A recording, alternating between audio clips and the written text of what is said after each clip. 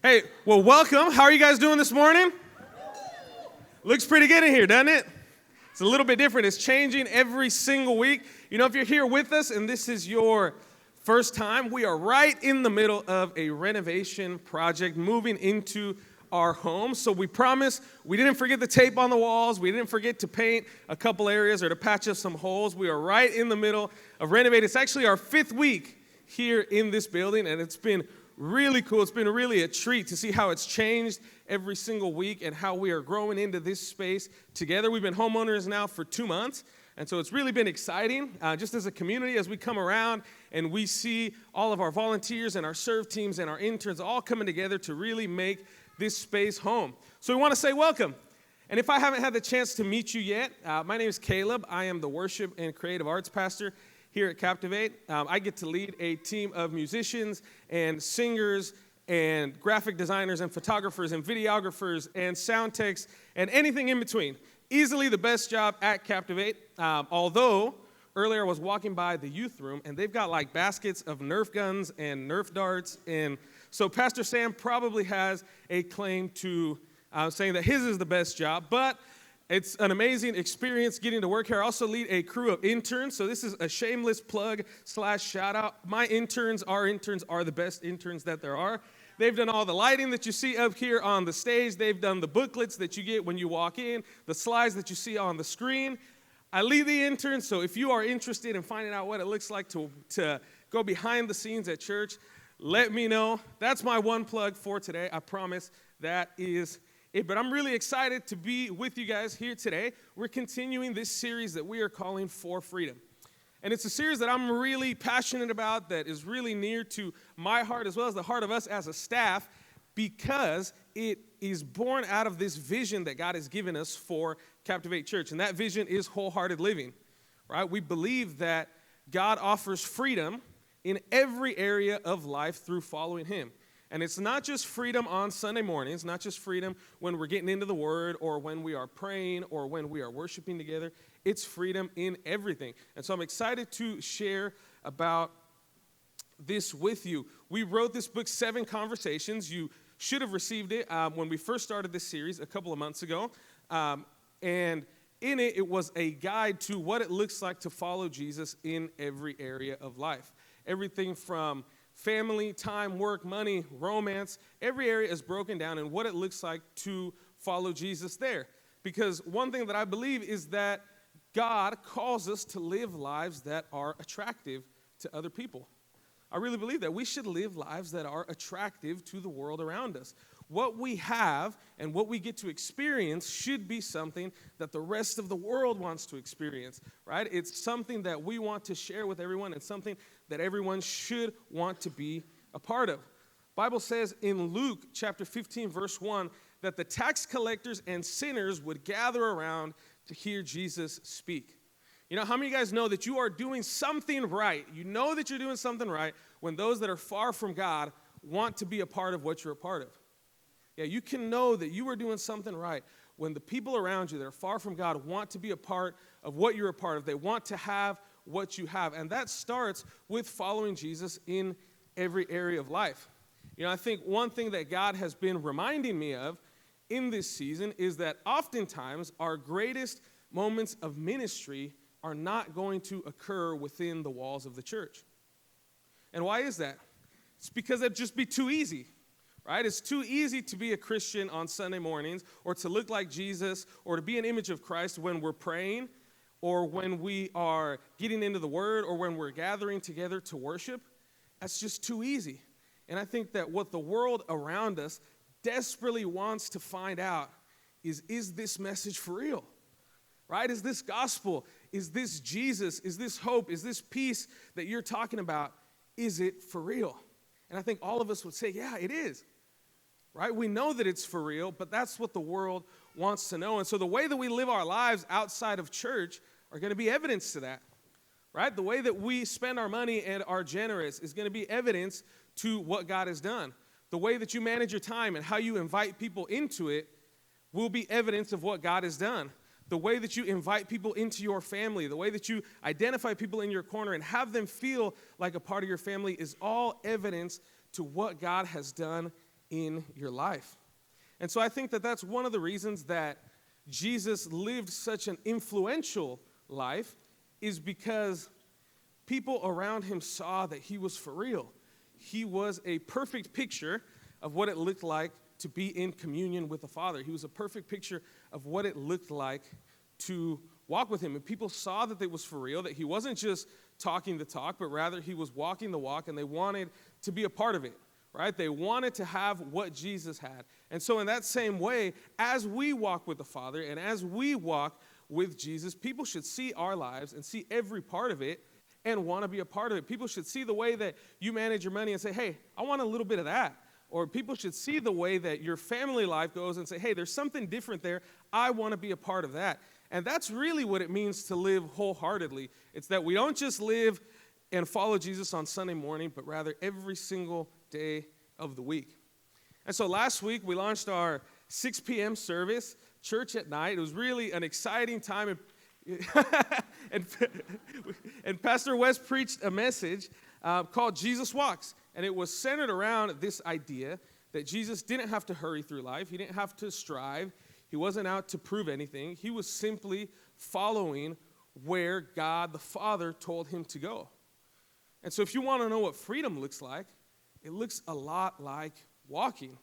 You know, it looks like not being burdened by the things of this world, right? It's knowing that when we walk in God's perfect will and in his perfect plan for our life, we can be open-handed with the result, right? Because we know that we've done our part to obey, and now God can do the rest.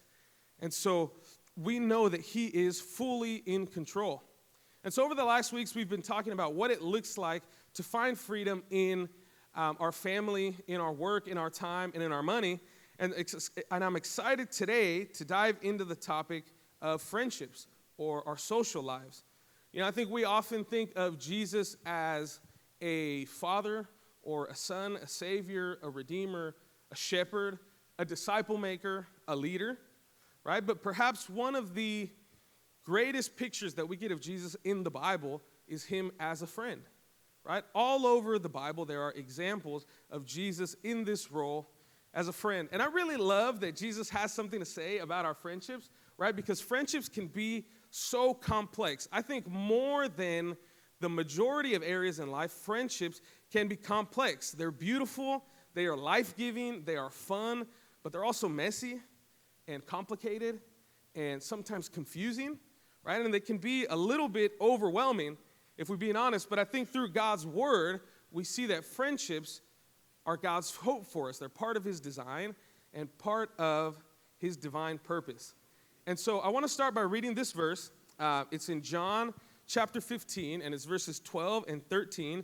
So if you've got your Bible with you, you can turn there now. We will also have it here on the screen for you. But this verse is kind of going to lay the groundwork for the rest of our time together and this conversation about friendship. John 15:12. It says, "My command is this, love each other as I have loved you. Greater love has no one than this, to lay down one's life for one friend." And really quick, that just reminds me, as we read that verse, that I just want to take a quick second to shout out all of our veterans who are in the building. I know we've got a big military community. We're celebrating that tomorrow. So just want to say really quickly how much we love you guys, appreciate you guys. Can we give a hand for our military community?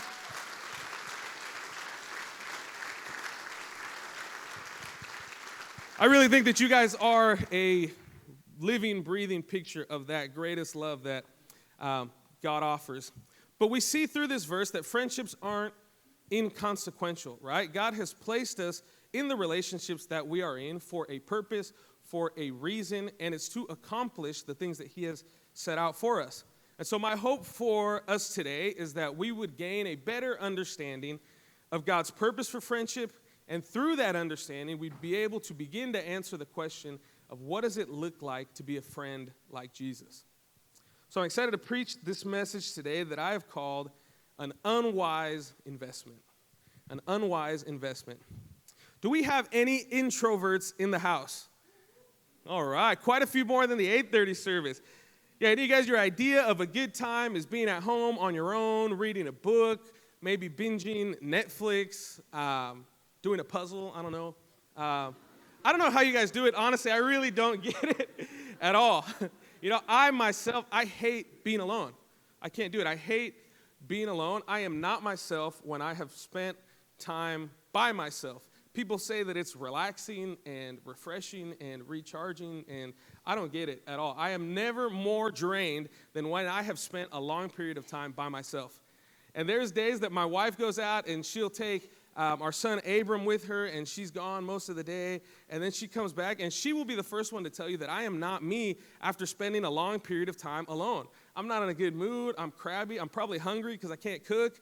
I'm not myself. And all it takes is just a couple minutes of getting out of the house and hanging out together and talking for me to kind of come back to normal. And I think that even more than just hating being alone is the fact that I just really enjoy friendships and hanging out with my friends. I love being around people. And I don't really care what we're doing, right? We could be eating or going to the mall or watching football or putting together furniture from IKEA or yard work or whatever. As long as we are with friends, I am totally good. And I think that as time has gone on, I've made my wife a little bit more that way as well. As a matter of fact, a couple of weeks ago, we celebrated our 7-year wedding anniversary. Yeah, come on. Come on, you guys know she has put up with a lot, 7 years. And so we're getting ready to go out to dinner. We've got these plans, and we start talking to our friends about these plans, and all of a sudden we get this idea like, hey, do you guys just want to come with us on our anniversary dinner? And they both looked at us shocked, like, what do you mean come with you guys? Like, this is your day. This is your time to spend with each other. Like, you guys need to do that. But I think that's just it for me, is that like in our idea of a good time or what we're going to do, it involves being around friends, right? It involves being around the people that we love the most, those that are closest to us. And so it was just kind of an interesting thing that what we actually wanted and craved was just more people. For us, it's, the more the merrier. And I really just enjoy being around people. I love friendships. I think that friendships are the absolute best. But how many of you guys know that actually maintaining friendships is kind of the worst, right? And I'm not going to make you raise your hand or anything like that because I don't want things to get awkward in here. But sometimes maintaining friendships is really hard, right? I think that as we get into these relationships with people, these long-term sort of relationships, things just tend to get complicated, right? All of a sudden, we got to worry about feelings and emotions and communication and how people might take something that you just said. And there's people's backgrounds and upbringings that all play a part of that. And then you got to make sure that you know if you were the one that invited them to hang out last time, because if that's the case, then you can't invite them to hang out this time, because then that would mean that this relationship really isn't a two-way street, right? And if it's not a two-way street, then that means that you're putting in way more effort than they're putting in, and that can't be the case, because if that is the case, then you really got to back off for a little bit. But if they don't initiate, then that's an even bigger problem, because then that means that they just don't understand where you're coming from. And you can't tell them that you're upset about that because they're your friend. They should know. But if they don't know, then I don't even really know what we're doing here, right? You know what I'm saying? Like, it's complicated. It's complicated, and I think that that's why a lot of times people will just prefer to have virtual relationships or a relationship over social media. Right? You got something to say? Just tweet it. It's simple, right? It's like 140 characters. It's easy. You can even hashtag it if you want. But I think if you're like me, you've probably been in certain relationships where you kind of get to a point where you're almost ready to throw in the towel. Like, what's the point? We've tried this long enough, right? We should just go our separate ways. What's the point of even trying? But I think that as we read the Bible, we see that God actually has a plan and a divine purpose for our friendships, right? And so I want to go into 3 things that I believe that God is trying to teach us and accomplish in us through our friendships. We're going to read Hebrews chapter 10, verse 24. Hebrews chapter 10, 24. It says, "And let us consider how we may spur one another on toward love and good deeds, not giving up meeting together, as some are in the habit of doing, but encouraging one another, and all the more as you see the day approaching." The first purpose that God has for our friendships is to spur each other on. To spur each other on. And what does it mean to spur? So a spur, by definition, is something that prompts or encourages someone. It's an incentive or a stimulus. Another definition is that it's a momentary discomfort designed to help you reach your full potential. The first thing that we see is that God has designed each one of us to push each other to be more like Him. And that can be kind of uncomfortable, right? When you're butting up against somebody and they are trying to push you in a direction that is not what's natural for our flesh, it can be uncomfortable to try to get moved there, right? The Bible says that we should sharpen one another. And what does it actually look like to sharpen? It's literally breaking off pieces until you get a tool that is designed to do what it was meant to do. And so that's what it looks like when we spur each other on. It's these moments of discomfort as we push each other to be more and more and more and more like Christ. And so for uncomfortable as that can be, as painful as that can be, a true friend is one who is willing to cause you a little bit of discomfort, who is willing to call you out, who is willing to help you see your shortcomings or your blind spots, if it means helping you become more and more like Jesus. Right? Part of God's design for friendship is that we would sharpen one another, that we would spur each other on towards love. The second thing that God has designed friendship for is to help us gain a greater understanding of who God is. It's to help us gain a greater understanding of who God is. I love this story. It's actually in your 7 Conversations book, and it's the story of 3 friends. It's C.S. Lewis, J.R. Tolkien, and Charles Williams. And they would get together and have intellectual conversations and talk about deep subjects in life. And after a while, it came to pass that Charles Williams, one of the 3 friends, passed away. And after mourning his friend for a while, C.S. Lewis was, for lack of a better word, excited at the fact that he was now going to get to spend more time with his friend Tolkien, that he was going to get to know him on a deeper level, have deeper conversations with him, find out more about his personality, who his was. He had a little bit more of his friend to himself. But as time went on, what C.S. Lewis realized was that in a strange way, he actually had less of Tolkien to himself. And the reason for that was that there were parts of his personality, parts of who he was, parts of Tolkien that only Charles could bring out of him. Only certain jokes that Charles would have made would get him to laugh in a certain way. And so all of a sudden he found that now that he was missing his friend Charles, he was also missing a part of Tolkien that he wasn't going to get back.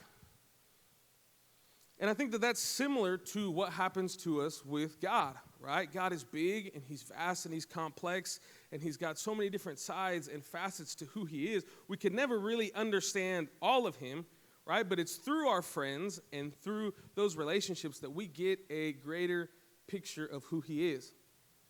C.S. Lewis says this: friendship exhibits a glorious nearness by resemblance to heaven itself, where the very multitude of the blessed, which no man can number, increases the fruition which each of us has of God. For every soul, seeing him in her own way, doubtless communicates that unique vision to all the rest. See, we create a more complete picture of who God is by experiencing him through the eyes of those around us. There's a couple of guys in my own life that I get to do life with and talk about Jesus and talk about God and talk about the gospel. And I see myself experiencing God in fresh ways through each one of them. You know, I spend time with Pastor Wes, and when I do that, I see God's strength and power and his daring personality and his fire, right? I think of God making the sun stand still. I think about how big God is. I think about the miracles that he performs. And then I spend time with Pastor Alex, and I'm reminded of God's grace and beauty and his nearness. Right? I think about when Jesus looks at the rich young ruler right in the middle of his failure and says he loves him. And then I think about the time that I spend with my brother Gerald, and I see the kindness and tenderness and servanthood of God, right? The Jesus that washes his disciples' feet.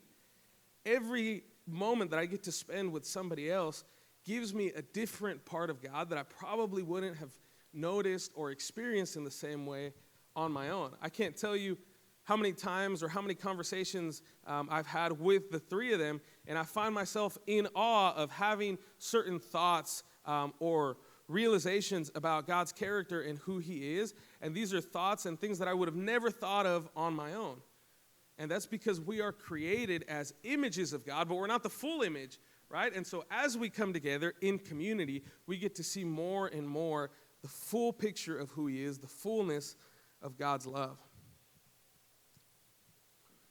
And so the third thing that God has purposed for our friendship, the third thing that we're going to look at is that we would display God's glory. The third purpose for our friendship is that we would display God's glory. John 17, verse 22 says, I have given them the glory that you gave me, that they may be one as we are one, I and them and you and me, so that they may be brought to complete unity. And then the world will know that you sent me and have loved them, even as you have loved me. And I love this verse. I love the end. It says, then the world will know that you sent me. See, it's in our unity and our love for one another that we actually get to show the world who God is. We get to be image bearers of him and his glory. We can be witnesses of Christ through the love that we have for one another. Right? The book of Proverbs says that there is a friend that sticks closer than a brother. And I think that the world kind of recognizes this fact that in some ways, friendships are unnatural, right? They don't have the ties that a family sort of has. There's no sort of obligation to it. We've heard that phrase that friends are family that you choose, right? And so we're choosing to enter into these relationships with people. And so the world knows that that's not quite supposed to work, right? But it's in that unity. It's in choosing to make it work. It's in pressing in when things get difficult that we actually get to show the world who Christ is.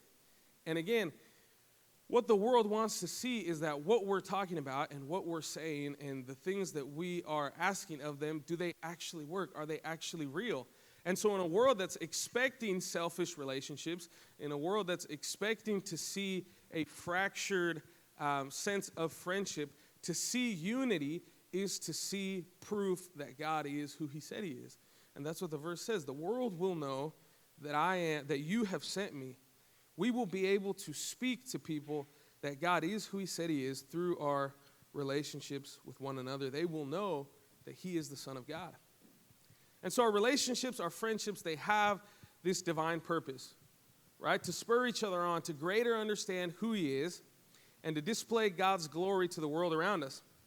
And so that we know that God has a purpose for our social life, but then what does it mean to be a friend like Jesus? And I think the thing that I want to establish up front is that any conversation about friendship is really a conversation about love. Right? What does it look like to love like Jesus? 1 Corinthians 13:4 says this, love is patient, love is kind, it doesn't envy, it does not boast, it's not proud, it does not dishonor others, it is not self-seeking, it's not easily angered, it keeps no record of wrongs. Love does not delight in evil, but rejoices with the truth. It always protects, always trusts, always hopes, and always perseveres. And I want to focus on a couple of words for just a second. The scripture said that love is not self-seeking. It says that love keeps no record of wrong, and that love always trusts. And I think the reason that I want to focus on these words is because these words are exactly the opposite of what the world teaches us about love. Right? The world teaches us that love is selfish, that what's important about love is what I can get for it right now. What's important about love is how happy I am and how satisfied I feel. The world teaches us that we should keep a record of wrongs, right? It's wise to keep a record of wrongs, right? We know the phrase, fool me once, shame on me, fool me twice, or fool me once, shame on you, fool me twice, shame on me, right? We should keep note of those that have wronged us, and we definitely don't trust them unless they prove otherwise to us. And so why does it seem then like the world is at odds with God and the Bible's definition of love? And it comes down to this idea. It's that the world sees love as an investment. And so what do you do with an investment? You protect it, you're strategic, you're calculating, you don't risk too much, you're shrewd, you make sure that you're getting something in return. And I think that right there is the key to all of it. The reason that the world's view of love is so backwards is because real love isn't an investment at all. Real love is a gift. Real love is not an investment. Real love is a gift. And it comes down to one word, and that word is expectation. Love with expectation is an investment. But love without expectation is a gift. See, the reason that Jesus was so free to die on the cross for us was because he didn't expect anything in return. As a matter of fact, not only did he not expect anything, but he knew that some people would not choose him, and yet he gave it anyway. He knew that we would fail him. He knew that some wouldn't choose him, but he gave his life as a gift anyway. And that's real love, and that's real grace. And when we can give something open-handed and not expect anything in return, that's freedom. I'm no longer watching for what I'm going to get out of this because it doesn't matter. It doesn't matter. I have given it away as a gift. It's like with my son Abram. I can't give him anything because it's either going to end up eaten or in the toilet or just lost. So you can't really give him anything. And my wife probably would say that I give him way too many things or things that are way too valuable. I mean, car keys have gone missing, everything. But part of giving him things is knowing in my mind that the moment I do, there's a chance that I'm never going to see that again. And although my wife would not want me to do that with the car keys again, it is freeing in knowing that when I give him something, I don't have to expect anything in return. I might not even get it returned, but much less get a return out of it. Right? And so when I look at and when I think about the gift that Jesus gave us and the magnitude of that gift, I think that he has every right, he's within every right to demand a return on that investment and say, hey, what have you done with that? Right? And I think that if I'm being completely honest, based on the magnitude of that gift, I probably haven't given God very much return on that great gift that he gave me. I probably haven't returned very much in comparison to the eternal life and salvation and even the hope for this life that we live in right now. I haven't returned very much to him. But the crazy thing about all that is that just doesn't matter to God. If you asked Jesus, hey, what was your return on investment on Caleb? He would say, it doesn't matter. I gave him that gift of love for free. And that's what he says to you today is, I gave you that gift of love for free, and all that I'm asking is that you would be a friend with me. You know, a few weeks ago, I was talking with my dad here, actually, and he was telling me the story of my cousin, one of my cousins, and he was telling me that it's been a pretty difficult season, that he's been in a really tough place, struggling with depression, medicating that depression, in a really kind of a hopeless sort of situation. And this cousin used to be one of my best friends. I mean, we would hang out together all the time. We would talk together all the time. And at a certain point, we kind of just drifted apart and we're no longer really friends. And as I'm having this conversation with my dad, I remember a conversation that I had with him about 6 months before. And he actually asked me, he said, hey, what kind of happened between you guys? How come you guys don't talk very much anymore? How come you guys don't really hang out very much anymore? And in that moment, I remembered saying these exact words, that I had put so much into that relationship and I haven't gotten anything back, and so I'm tired of it. I don't want to do it anymore. And God really convicted me right there in that moment to think about the gift that he's given me, and to think that, man, if God is so willing to give that gift of perfect and true love, the author and creator and perfecter of our love, he's willing to give it for free and say, hey, there's no strings attached, then who am I to demand a return on my love? Like, who am I to do that? Right? God has given us the greatest gift that we could possibly ask for. And he says, hey, I don't need anything in return. I don't need you to give anything back to me. As a matter of fact, I know that some of you won't choose it, and that's okay. It's here for you whenever you need it. It's here for you whenever you want it. That's an amazing thing. To think that his arms are spread so wide open that we can run into them whenever we want. And that we may fail and we may fall short, but God says it's okay. Just keep going. You can keep coming. You can keep coming back. My arms are still wide open waiting for you. And so I think that that's my hope for us today, is that as a church, we're able to examine our love for people and say, hey, can I love you with open arms?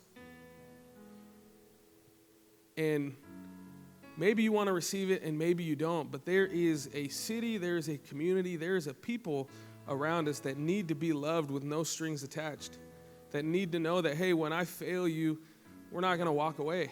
We're here, and our arms are still wide open. Why? Because our love has to flow from the love that Jesus gave us. If it's not flowing and not mirroring that great love that he gave for us, then we're doing something wrong. And so I want to invite you to stand this morning as we get ready to worship one more song.